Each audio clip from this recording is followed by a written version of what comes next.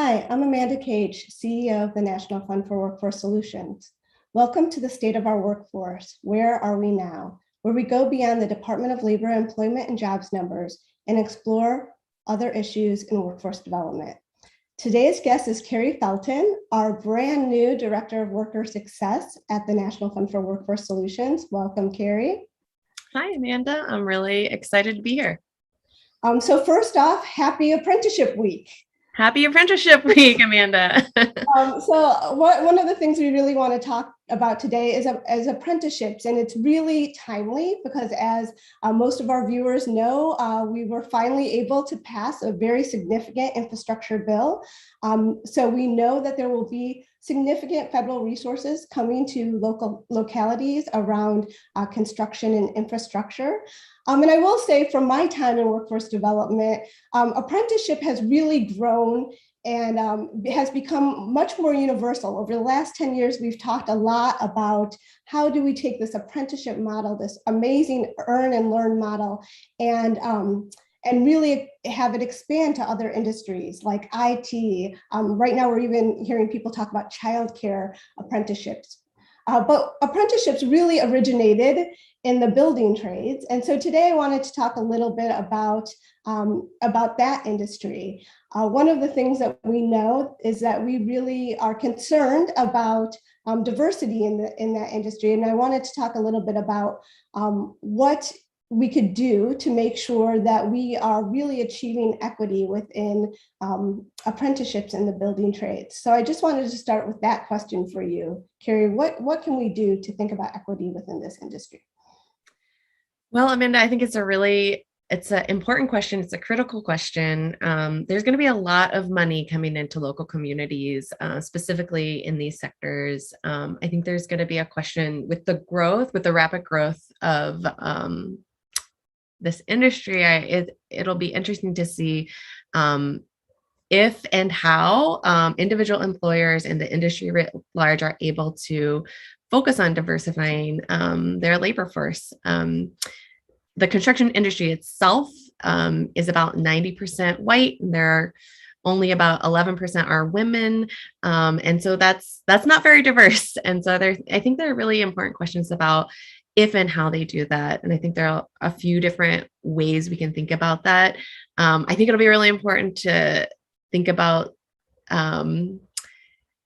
what are the recruitment practices, the hiring practices, some of those sort of formal strategies that you need to get into this industry, but also the informal, the networks, and how do you find out about jobs, especially if you're a woman or you're a person of color, you're not in that group.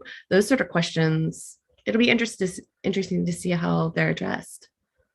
Yeah, I think one of the things that is always shocking to me is that, when I first started my work, I did a lot of work with women in the building trades and helping them think about how they get acclimated to that industry. And we're asking so many of the same questions that we asked then, including that issue of networks.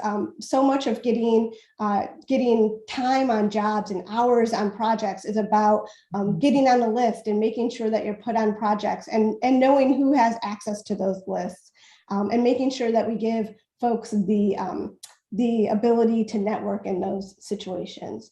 Given that history, what do you think is different about this moment in time?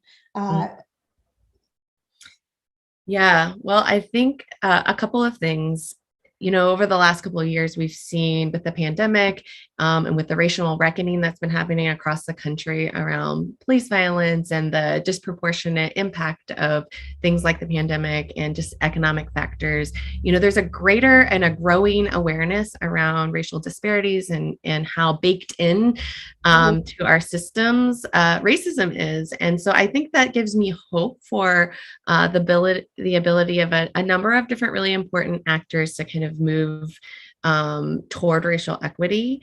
I think we have a long way to go still, but that sort of growing awareness combined with this infrastructure bill, which provides the resources, right? So if we can, if certain actors can kind of use these resources to leverage and sort of incentivize change, I think there's there's a lot of exciting opportunities to embed racial equity and kind of center the experiences of people who have previously historically been excluded from a lot of these opportunities to be centered.